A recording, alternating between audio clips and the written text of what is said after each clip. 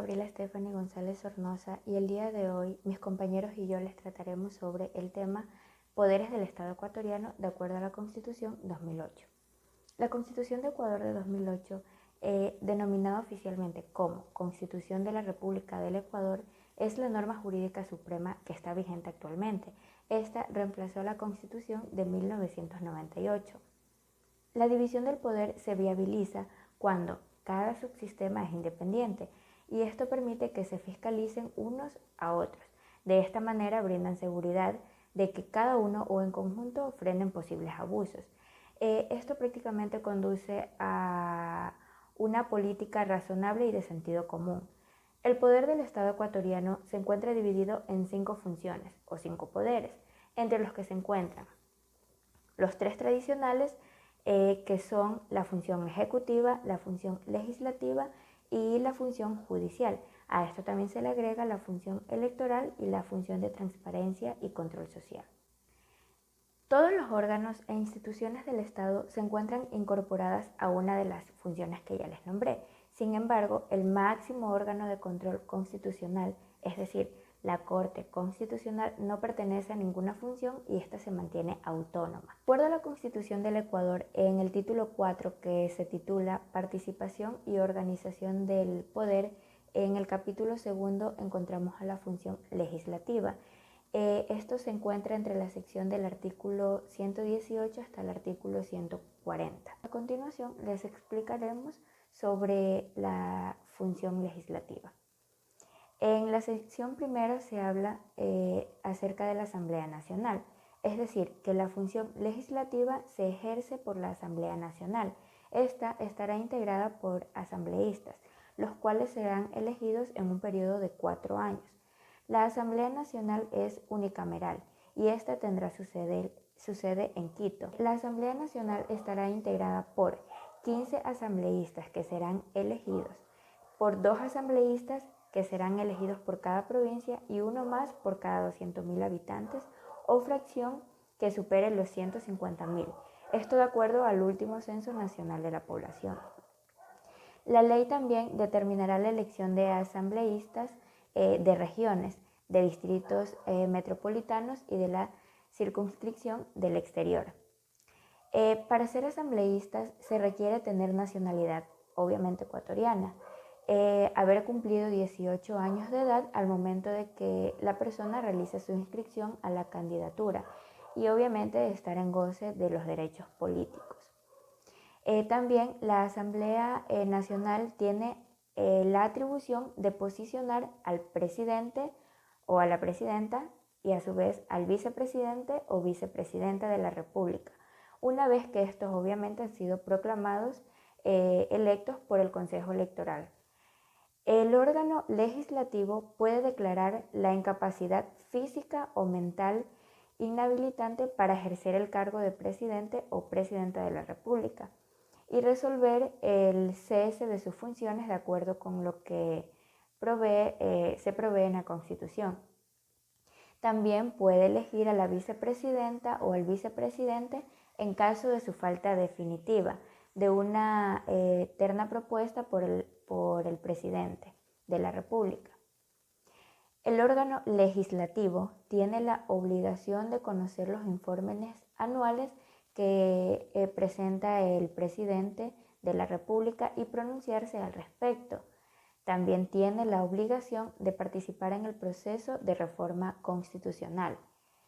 En el marco de sus funciones también podrá expedir, codificar, reformar y derogar las leyes e interpretarlas con carácter generalmente obligatorio.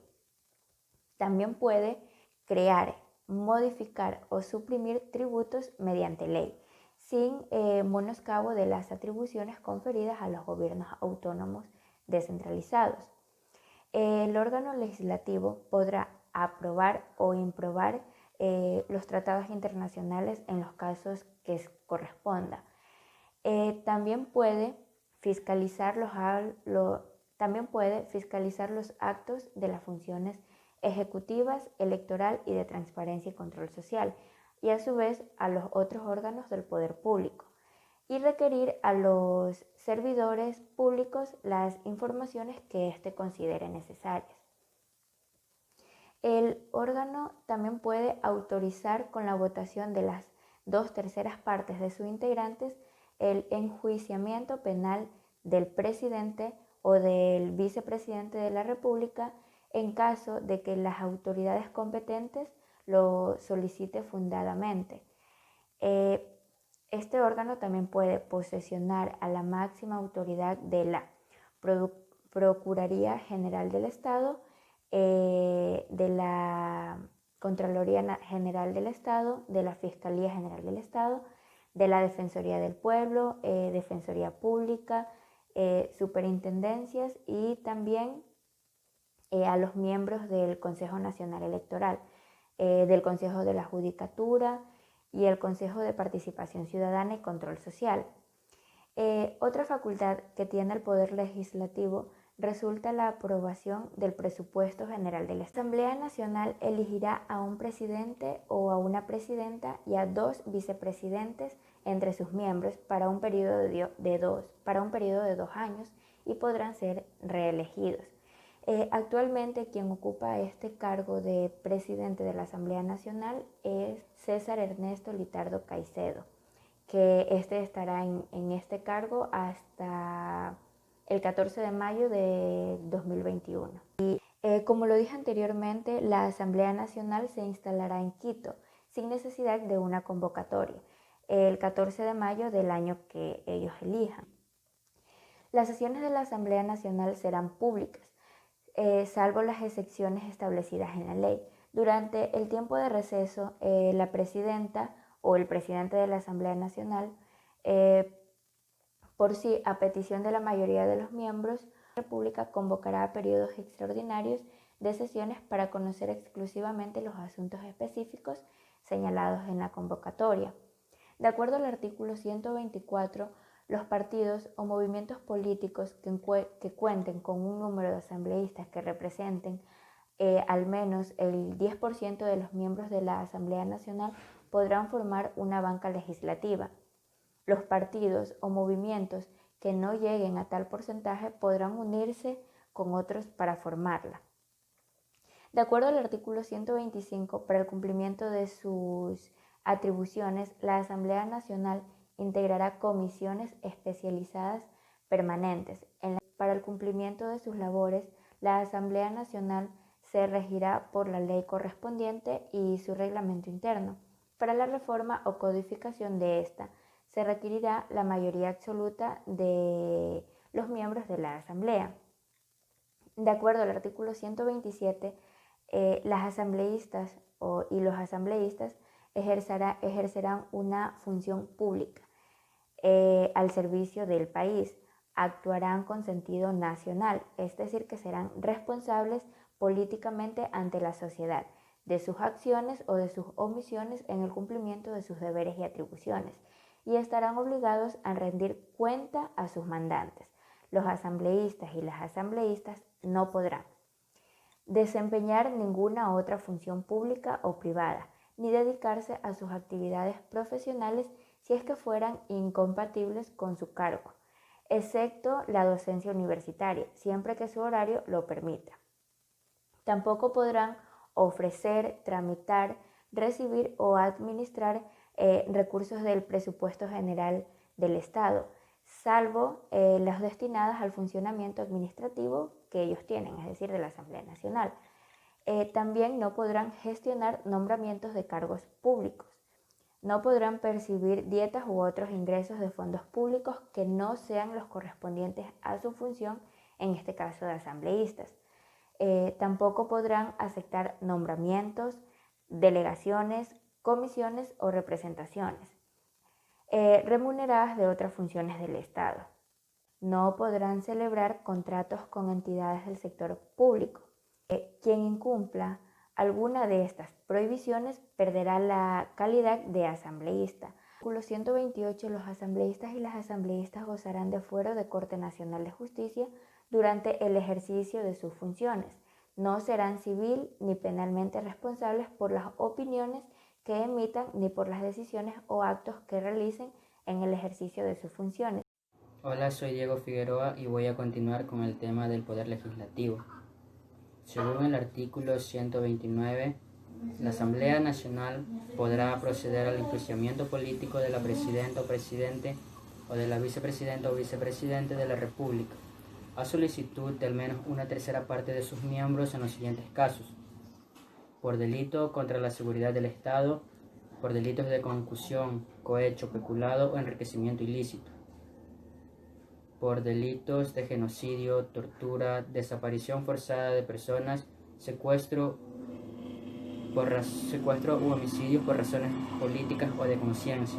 Para iniciar el juicio político se requerirá del dictamen de admisibilidad de la Corte Constitucional, pero no será necesario el enjuiciamiento penal en un plazo de 72 horas concluido el procedimiento establecido en la ley. La Asamblea Nacional resolverá motivadamente con base en las pruebas de descargo presentadas por la Presidenta o Presidente de la República. Para proceder a la censura y destitución, se requerirá del voto favorable de las 2/3 partes de los miembros de la Asamblea Nacional. Según el artículo 130, la Asamblea Nacional podrá destituir a la Presidenta o Presidente de la República en los siguientes casos: por arrogarse funciones que no le competen constitucionalmente, previo dictamen favorable de la Corte Constitucional. Segundo, por grave crisis política y conmoción interna.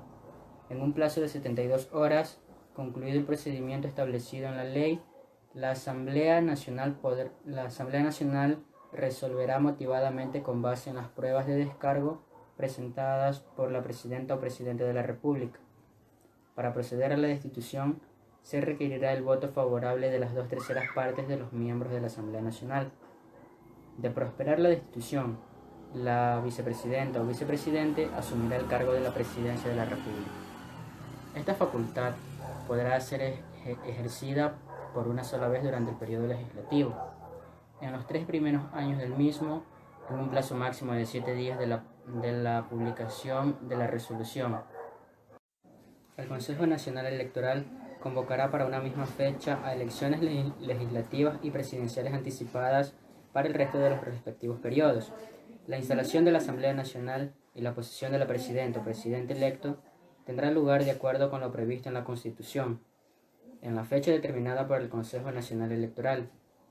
Según el artículo 131, la Asamblea Nacional podrá proceder al enjuiciamiento político a solicitud de al menos una cuarta parte de sus miembros y por incumplimiento de las funciones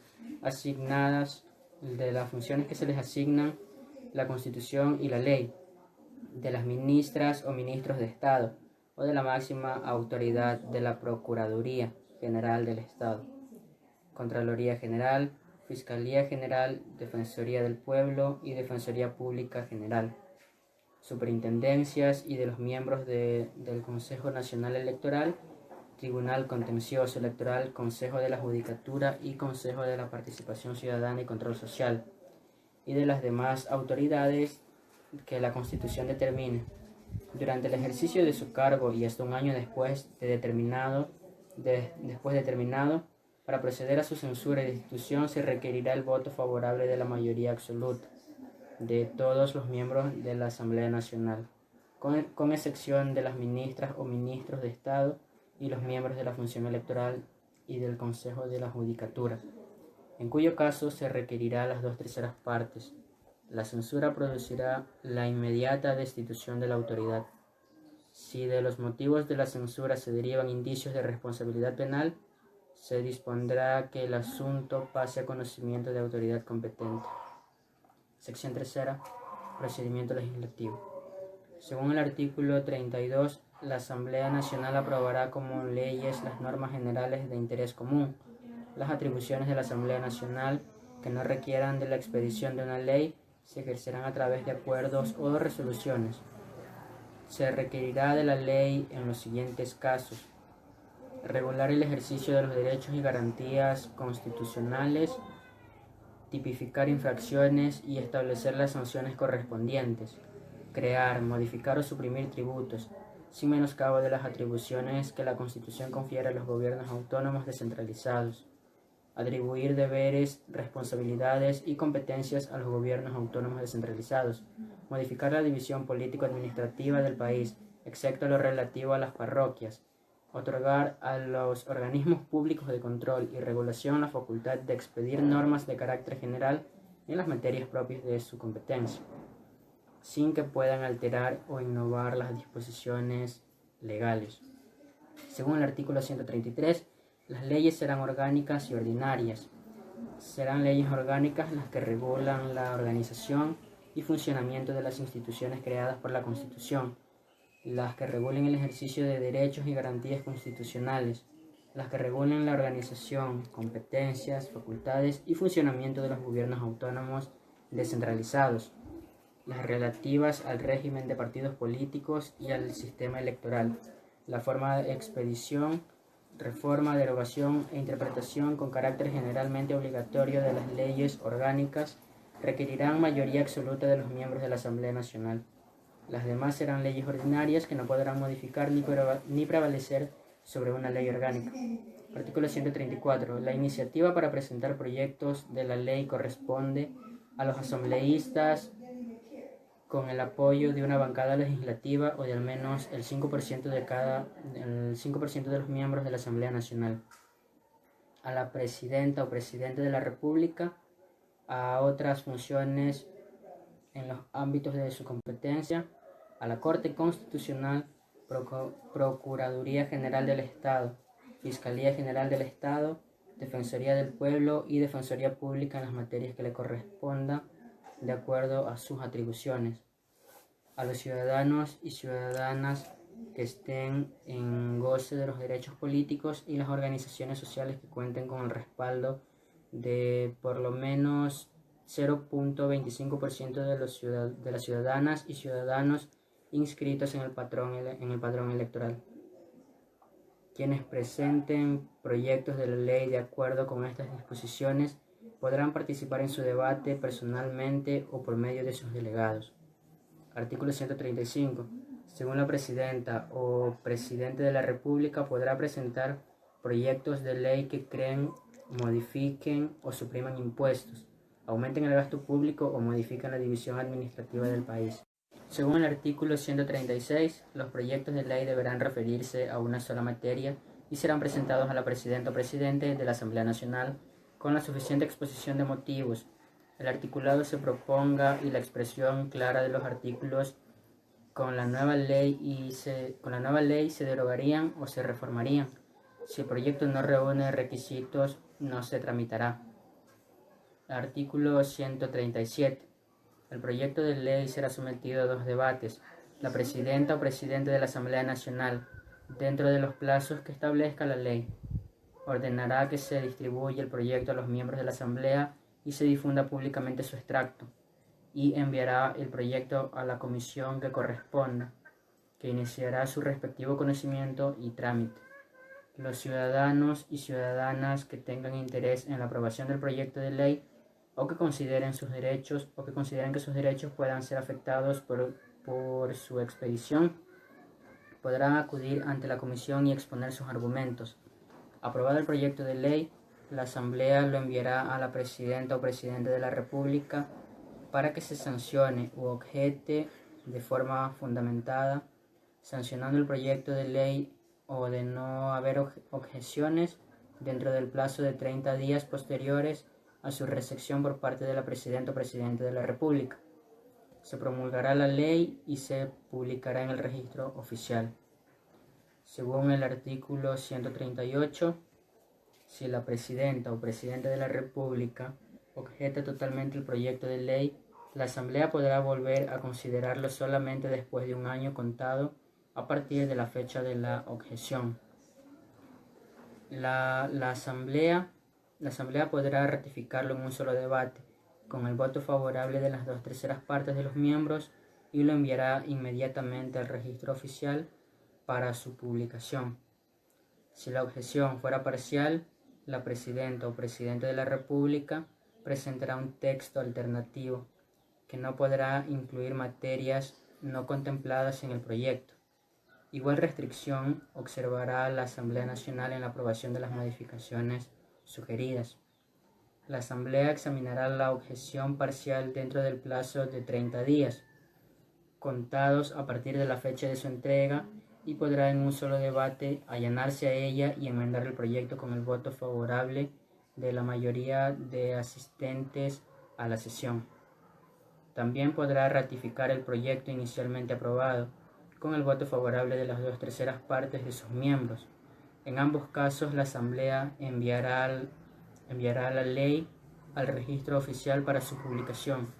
Si la Asamblea no considera la objeción en el plazo señalado, se entenderá que se ha allanado a esta y la Presidenta o Presidente de la República dispondrá la promulgación de la ley y su publicación en el registro oficial.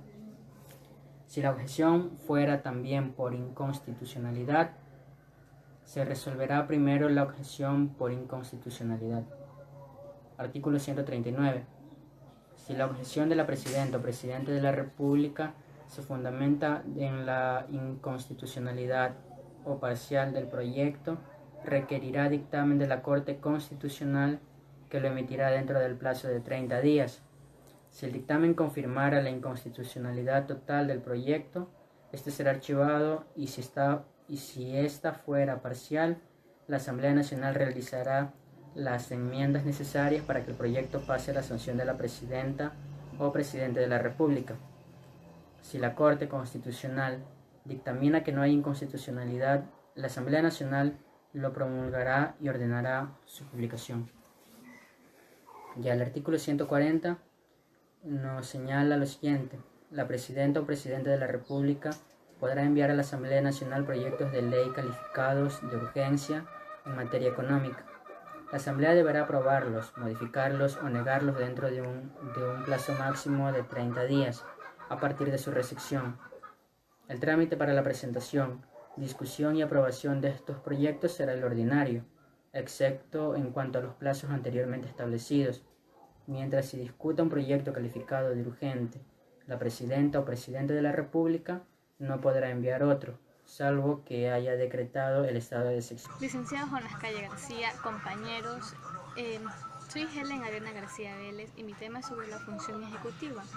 La función ejecutiva está integrada por la Presidencia y la Vicepresidencia de la República, los demás ministros de Estados y los demás organismos e instituciones necesarias para cumplir en el ámbito de su competencia.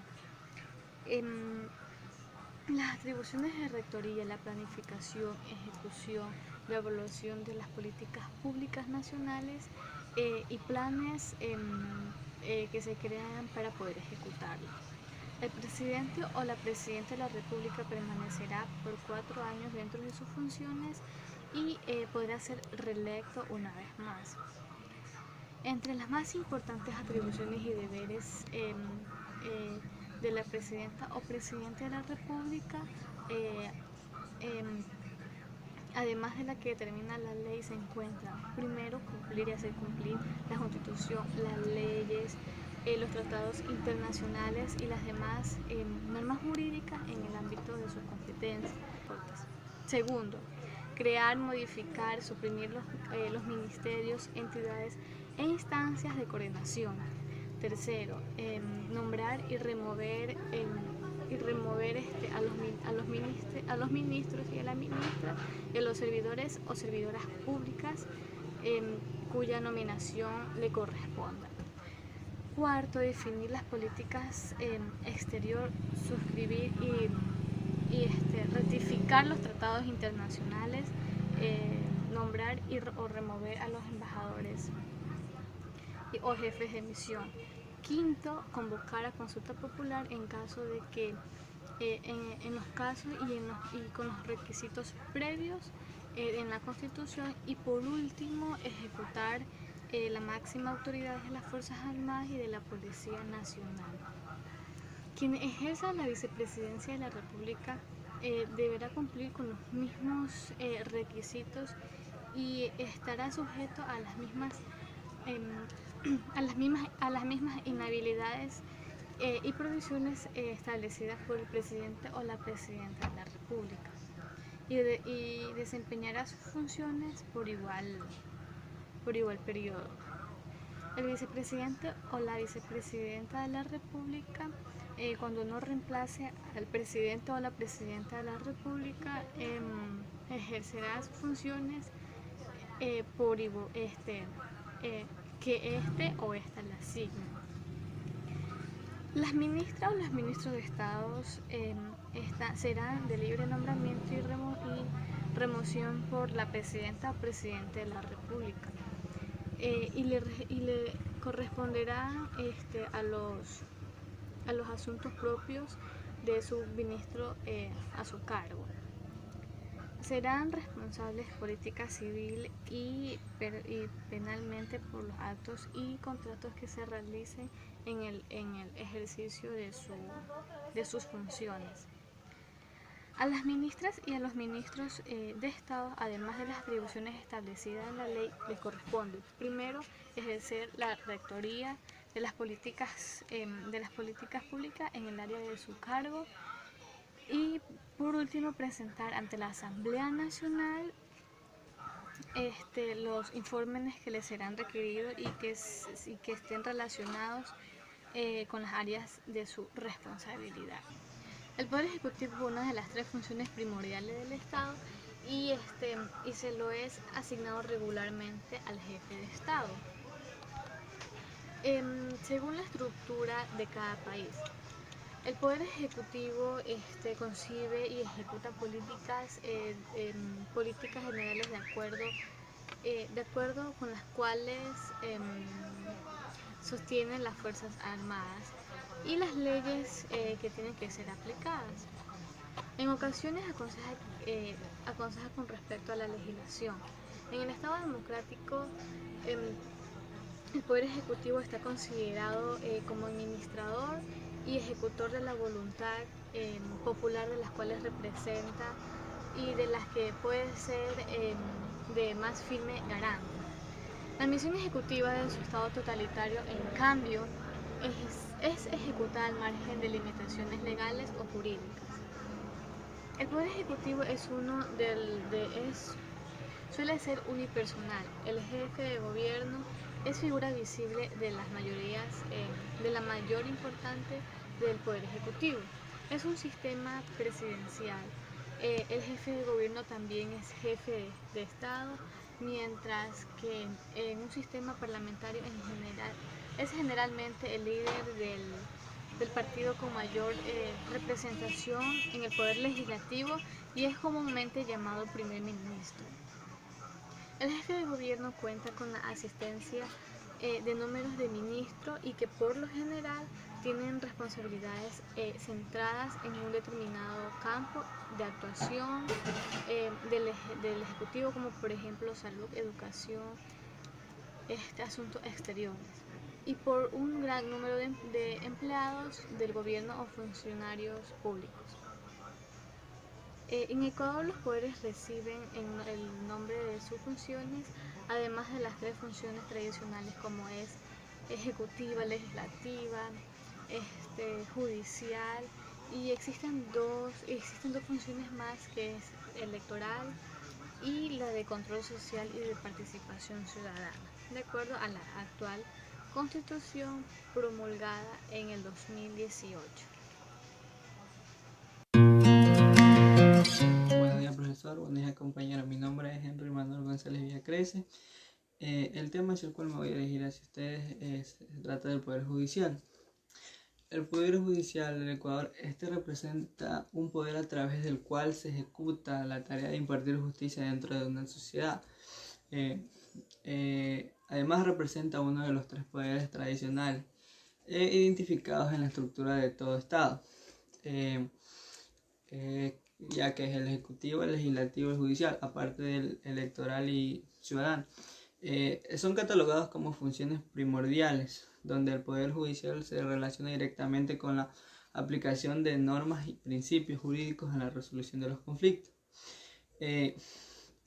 En este caso, el Poder Judicial llega a ser comprendido como el conjunto de órganos judiciales y jurisdiccionales, es decir, juzgados, tribunales, que ejercen la facultad o la potestad jurisdiccional, donde en principio se deberá regir la imparcialidad, la autonomía y la supremacía de la ley en todo proceso judicial en donde se administre justicia. En el caso de Ecuador, el Poder Judicial está integrado por los tribunales que operan en la República del Ecuador. Estos pueden ser ordinarios y especiales. Y a la vez se encuentran bajo la dirección de la Corte Nacional de Justicia. Los órganos de administración de justicia o tribunales son los encargados de conocer, juzgar y ejecutar todas las causas, tanto en la norma constitucional como las leyes ordinarias. Con respecto, en el artículo 167 de la Constitución de la República del Ecuador, se ha establecido que la potestad de administrar la justicia emana del pueblo y esta es ejercida por los órganos de la función judicial, así como el resto de órganos y funciones reconocidas en la propia norma constitucional. El Poder Judicial tiene la potestad de administrar la justicia y además está conformado por la Corte Nacional de Justicia, el Tribunal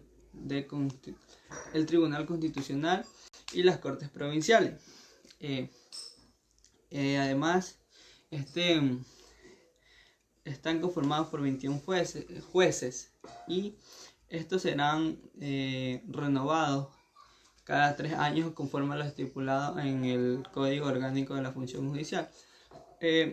Una de las funciones del Poder Judicial se trata de que define y ejecuta las políticas para el mejoramiento de la modernización del sistema judicial, además de que administra la carrera de profesionalización judicial.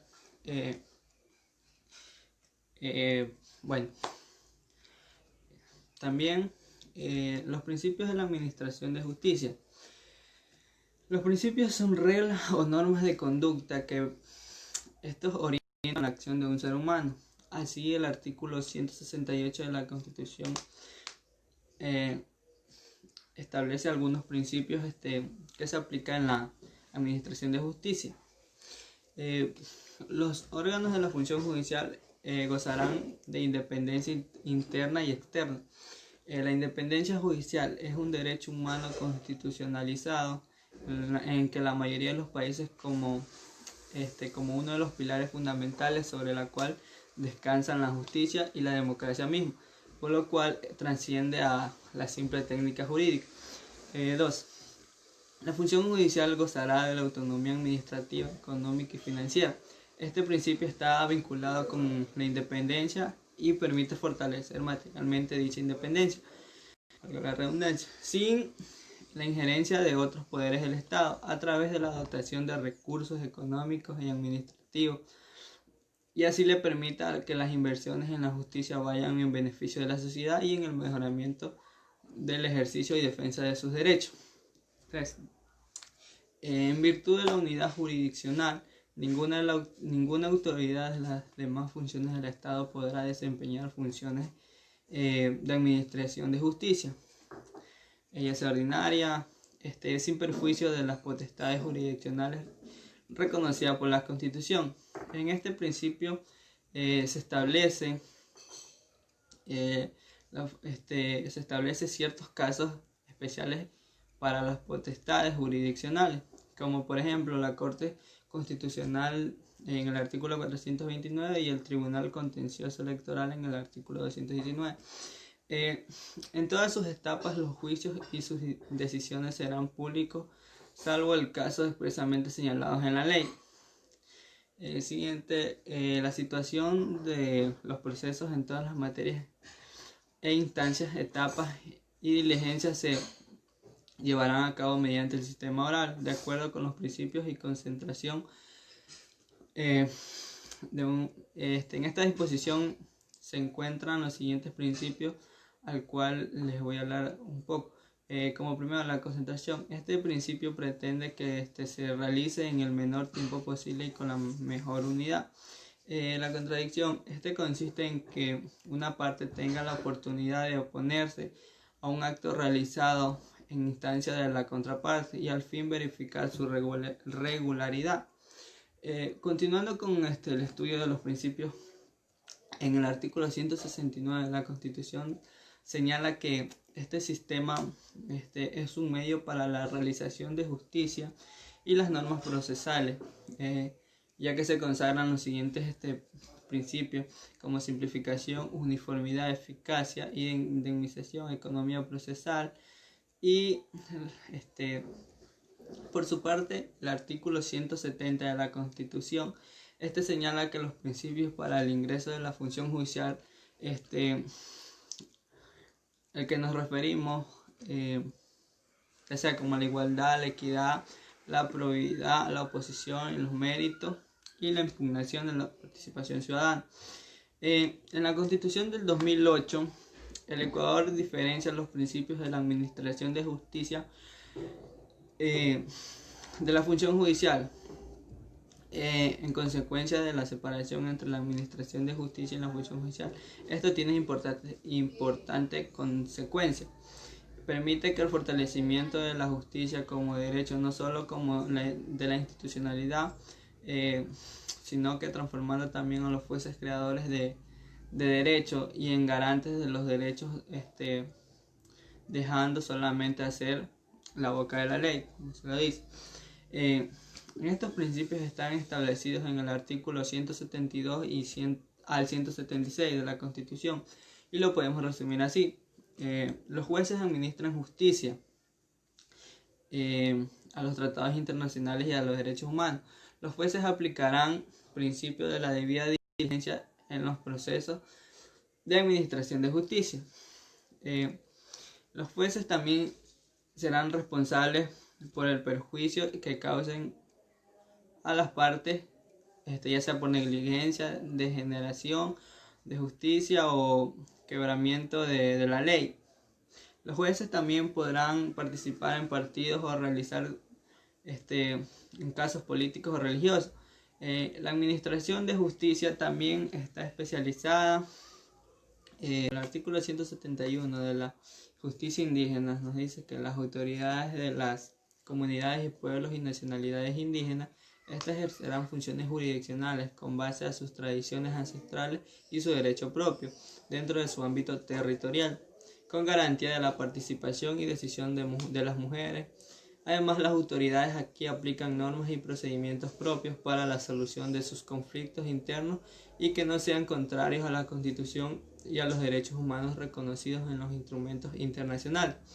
El Estado garantizará que las decisiones de la jurisdicción indígena sean respetadas por instituciones y autoridades públicas. Dichas decisiones estarán sujetas al control y a la constitucionalidad. La ley se establecerá a los mecanismos de coordinación y cooperación entre la jurisdicción indígena y la jurisdicción ordinaria. Ok, gracias. Esta ha sido toda mi intervención. A continuación, mi compañero le va a explicar un poco sobre las diferentes áreas que comprenden al Poder Judicial.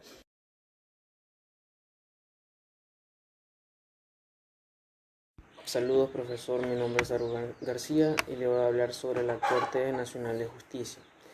La Corte Nacional de Justicia está compuesta por jueces y juezas, los cuales se organizarán en salas especializadas y su designación será por un periodo de 9 años. Estos no podrán ser reelectos y su renovación será por tercios cada 3 años. Contará con jurisdicción en todo el territorio nacional y su sede estará en la ciudad de Quito. Deberá conocer los recursos de casación y de revisión y lo demás que establezca la ley. También deberá desarrollar todo un sistema de precedentes jurisprudenciales, lo cual estará fundamentado en los fallos de triple reiteración. También deberá conocer las causas que se inciden contra los servidores públicos que gocen de fuero. Deberá presentar proyectos de ley vinculados con el sistema de administración de justicia. Las Cortes Provinciales de Justicia. En cada provincia que integra el territorio nacional funcionará una Corte Provincial de Justicia que está compuesta por el número de jueces necesarios para atender las causas judiciales correspondientes. Los jueces provendrán de la carrera judicial, el libre ejercicio profesional y la docencia universitaria. La organización de los jueces responderá a salas especializadas en las materias que correspondan con las existentes en el Corte Nacional de Justicia. El Consejo de la Judicatura tiene la responsabilidad de determinar el número de tribunales y juzgados necesarios acorde a las necesidades de la población. Los tribunales y juzgados de suprema instancia. Está compuesto por el Tribunal Supremo Electoral, el Tribunal de Apelaciones, Tribunal de Primera Instancia, los Tribunales Superiores de Justicia, el Tribunal Constitucional. En los juzgados de paz tenemos los jueces de paz que tienen la potestad de resolver con equidad los conflictos judiciales, además de que tienen competencia exclusiva y obligatoria para conocer aquellos conflictos individuales, comunitarios y vecinales, unido a contravenciones que lleguen a ser sometidos a su jurisdicción acorde a lo establecido en la ley. No pueden disponer a los jueces de paz ningún caso a la privación de la libertad ni tampoco prevalecer sobre la justicia indígena. En los juzgados de paz deben ser utilizados mecanismos de conciliación, diálogo, acuerdo amistoso y otros practicados por la comunidad, con el objetivo de adoptar resoluciones que garanticen y respeten aquellos derechos reconocidos en la norma constitucional. En los juzgados de la paz, las partes no requieren del patrocinio de un abogado. Además, deberá tener un domicilio permanente en el lugar donde dicho juzgado ejerzan su competencia. En el Consejo de la Judicatura. El Consejo de la Judicatura estará integrado por 9 vocales con sus respectivos suplentes, cuyo ejercicio de las funciones estará sujeto a un periodo de 6 años y no podrán ser reelegidos. Deberá asignar entre sus integrantes estos serán un presidente y un vicepresidente, los cuales desempeñarán sus funciones por un periodo de 3 años. Deberán definir y ejecutar las políticas para el mejoramiento y modernización del sistema judicial. Tendrá que conocer y aprobar la proforma presupuestaria destinada a la función judicial, con la excepción de los órganos autónomos. Deberá dirigir los procesos de selección de jueces, además servidores públicos de la función judicial, así como los parámetros sobre evaluación, ascenso y sanción. Deberá administrar la carrera y profesionalización judicial, además de organizar y gestionar las escuelas de formación y capacitación judiciales. Tienen la obligación de velar por la transparencia y eficacia de la función judicial. La Corte Constitucional del Ecuador. La Corte Constitucional resulta ser el máximo órgano de control, interpretación constitucional y de administración de justicia en esta materia que existe en el país nacional y su sede en la ciudad de Quito. Es la máxima instancia de interpretación de la Constitución de la República del Ecuador, de los tratados internacionales, de los derechos humanos que han sido ratificados por el Estado ecuatoriano. Las decisiones emitidas por la Corte Constitucional tendrán carácter vinculante. Las potestades y funciones de la Corte Constitucional se encuentran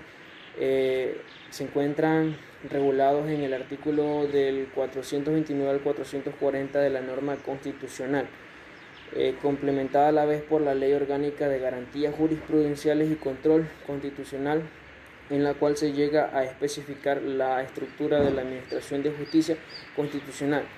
Posee autonomía administrativa y financiera. Por otra parte, la ley es la que determina la organización, funcionamiento y los procedimientos para el cumplimiento de las atribuciones dispuestas a la Corte Nacional. Los miembros de la Corte Constitucional no se encuentran sujetos a juicio político, ni tampoco podrán ser removidos por quienes los designen. No obstante a ello, los jueces constitucionales sí estarán sujetos a los mismos controles que el resto de autoridades públicas.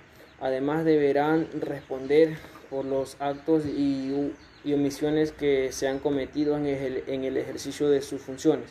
La institución de los jueces constitucionales será determinada por 2/3 partes de los miembros de la Corte Constitucional.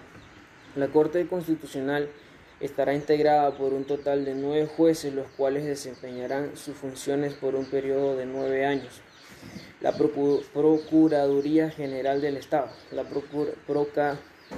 Procuraduría General del Estado Es un organismo público, técnico, jurídico que posee autonomía administrativa, presupuestaria y financiera. Este organismo es representado por el Procurador General del Estado, quien ejerce este cargo por un periodo de 4 años. El Procurador General del Estado deberá representar judicialmente al Estado, su patrocinio y el de sus instituciones. El Procurador General del Estado deberá brindar asesoramiento legal a la absolución de las consultas jurídicas de organismos y entidades del sector público que tengan un carácter vinculante.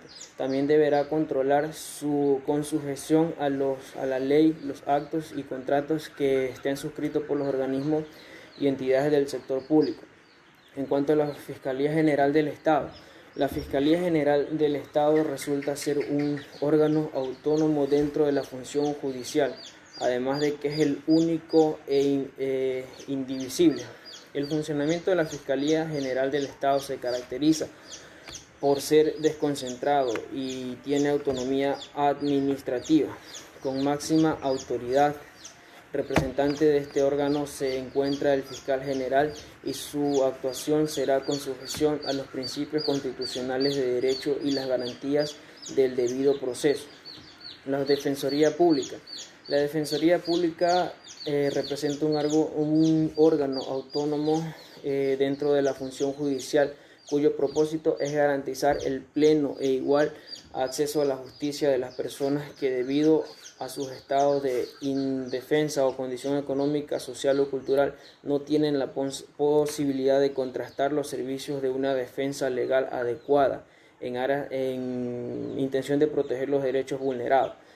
El servicio legal y técnico brindado por la Defensoría Pública deberá ser oportuno, eficaz, eficiente y gratuito hacia un patrocinio y asesoría jurídica de los derechos de las personas en todas las materias y las instancias.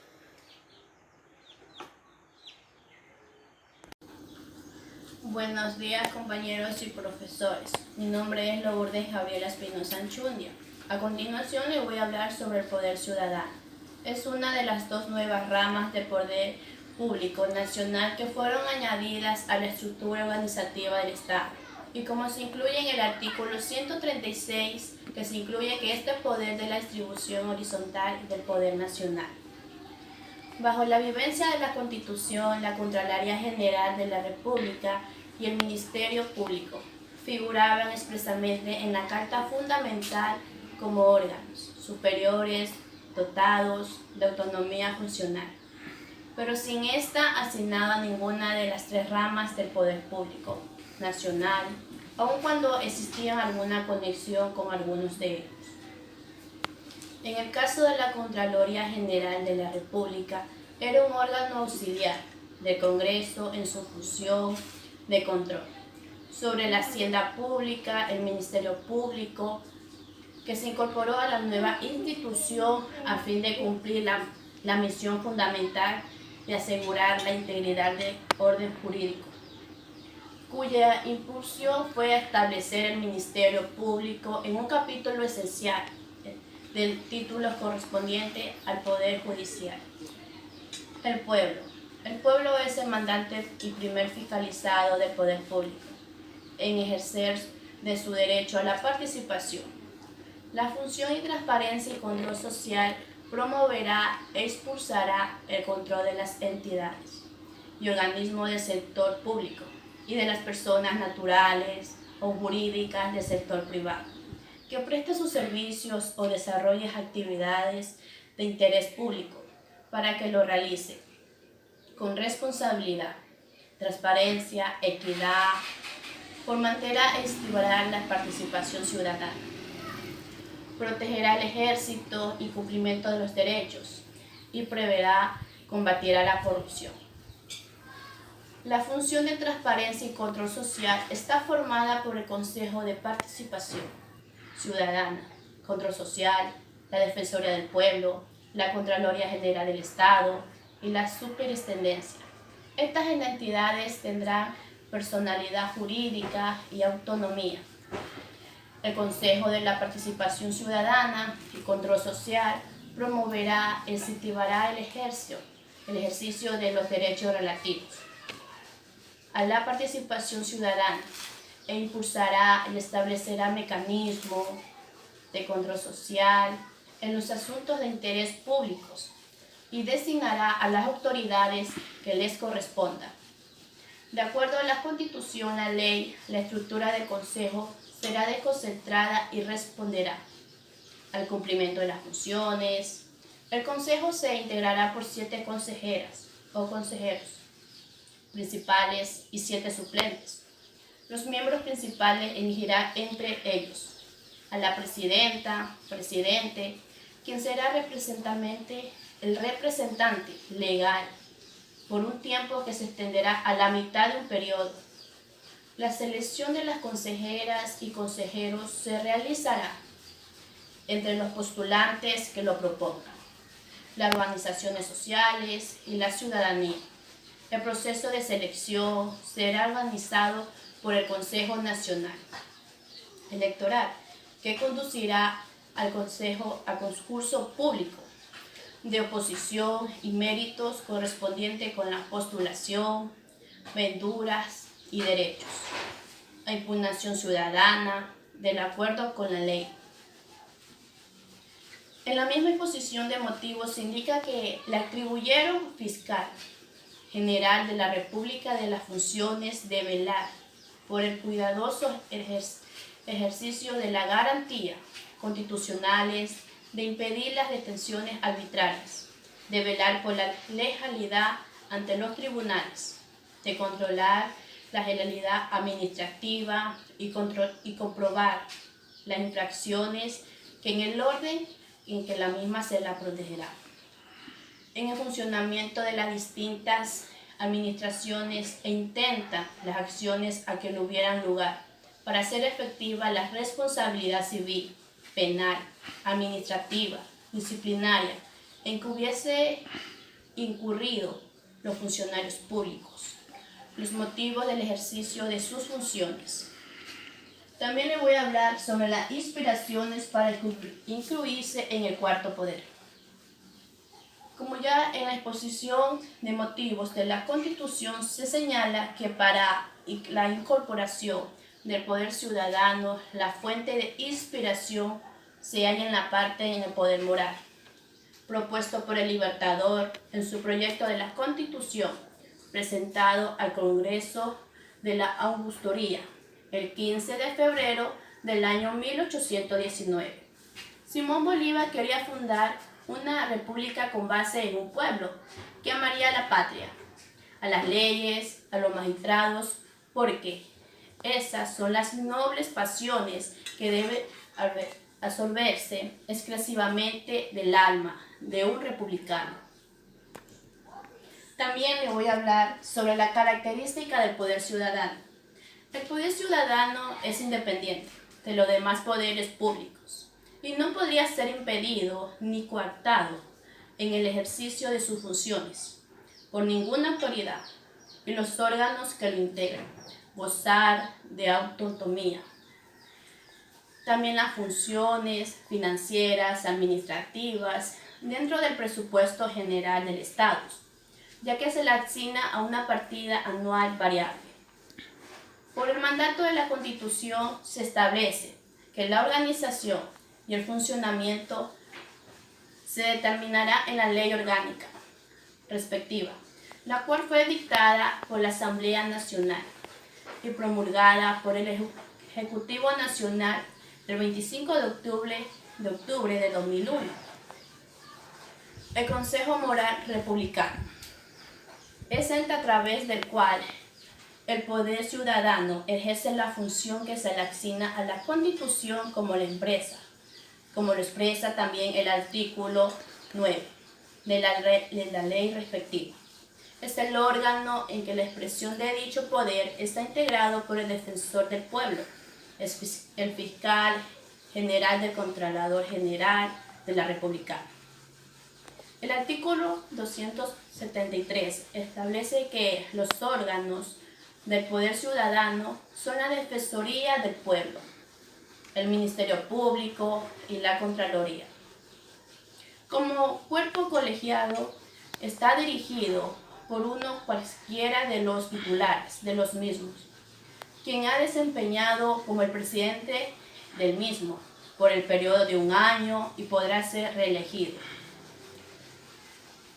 También la Ley Orgánica del Poder Ciudadano fue promulgada posteriormente a la Ley Especial para la rectificación o designación del poder funcional, del poder ciudadano y magistrado, para hacer su primer periodo, con lo cual el próximo comité se conmoverá a ordenar en el artículo 23 de la Ley Orgánica del Poder Ciudadano, ya que estos se dieron 60 días antes del vencimiento del periodo, para el cual fueron designados los titulares de la Ley del Poder Ciudadano.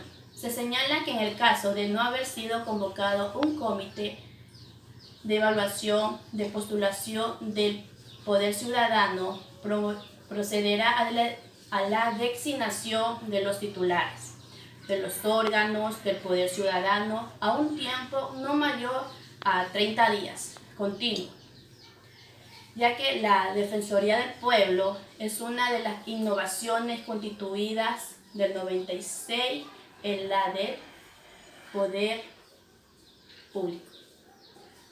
La incorporación del Poder Público, o como se lo conoce, la Defensoría del Pueblo, debe ser representada a la institución del poder público, más vinculada y cercana a los ciudadanos, cuyas funciones son esenciales para controlar los excesos del poder, contribuir a financiamientos del sistema democrático y para poder lograr los derechos y garantías de los ciudadanos sean respetados a la cabeza de esta institución. Esta figura de defensor público del pueblo le corresponde a la figura de Osvar Sueco.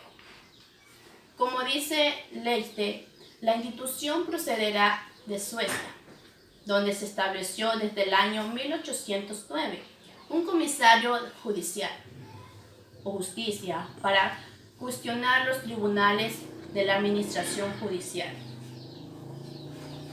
Buenos días, profesor, compañeros. Mi nombre es Julissa Delgado y hoy les voy a hablar sobre lo que es el poder electoral.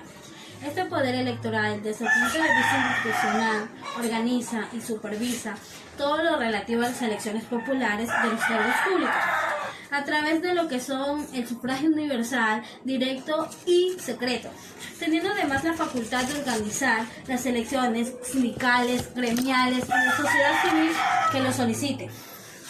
Lo anterior, esto se da origen a una nueva estructura organizacional que alcanza lo que es los principios de la autonomía funcional, presupuestaria, de la administración electoral y por supuesto la transparencia de lo que son los escrutinios y lo que es la votación.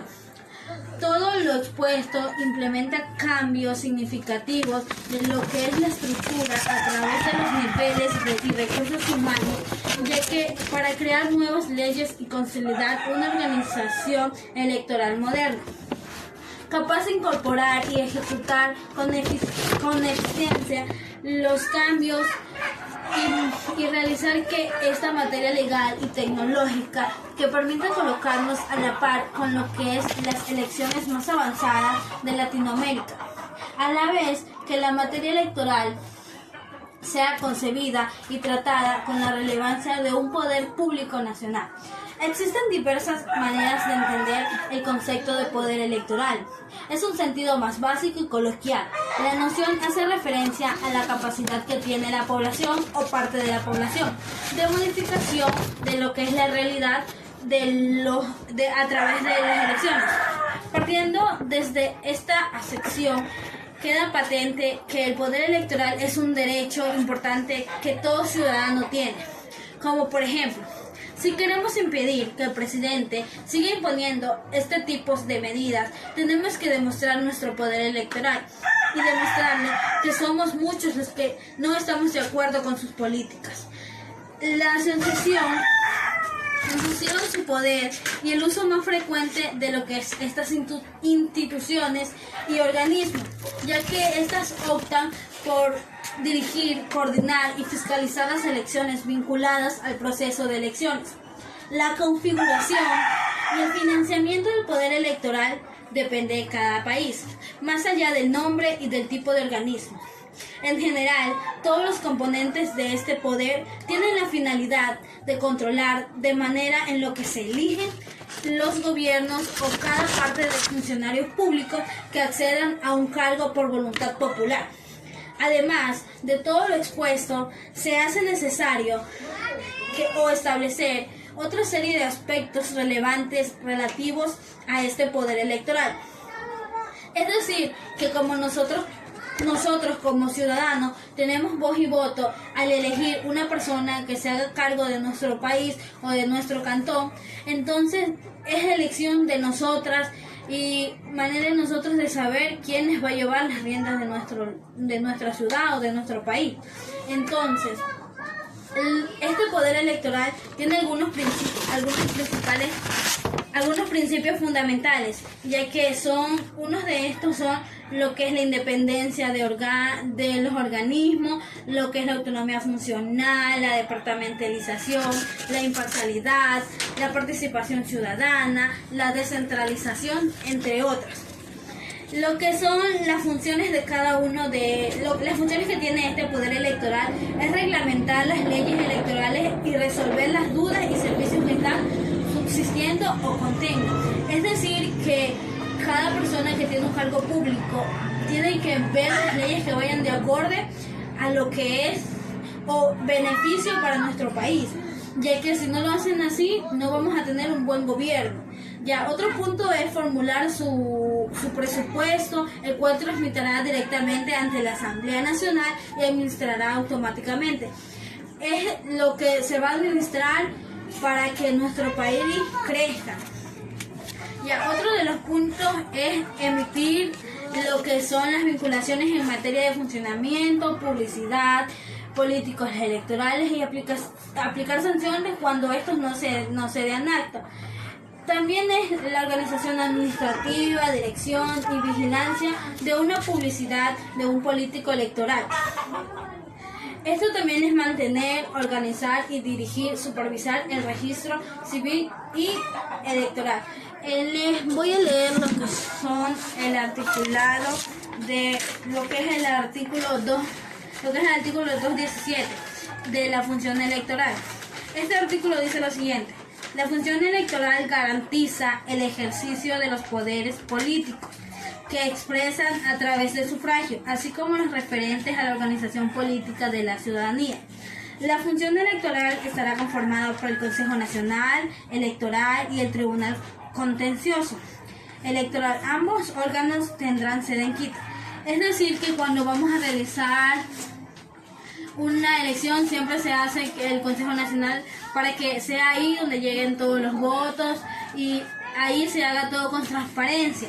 En el artículo 218 del Consejo Nacional dice lo siguiente: el Consejo Nacional Electoral se integrará por 5 consejeros o consejeras principales que ejercen sus funciones por 6 años y se renovarán parcialmente cada 3 o 2 años. Bueno, esto de aquí es no más allá de lo que son el Consejo Electoral, sino de las personas que acceden a un cargo público, o como la elección de los presidentes que se realiza cada 5 años, que se cambia el presidente o se mantiene la misma, depende de cómo lleven sus labores o cómo lleven las riendas de nuestro país. Asimismo, en el artículo 219 dice que el Consejo Nacional Electoral tendrá, además de las funciones que determina la ley, la siguiente: organizar, dividir y vigilar de manera transparente los procesos electorales, convocando elecciones, realizar los cómputos electorales, proclamar los resultados y posicionar a los ganadores de las elecciones.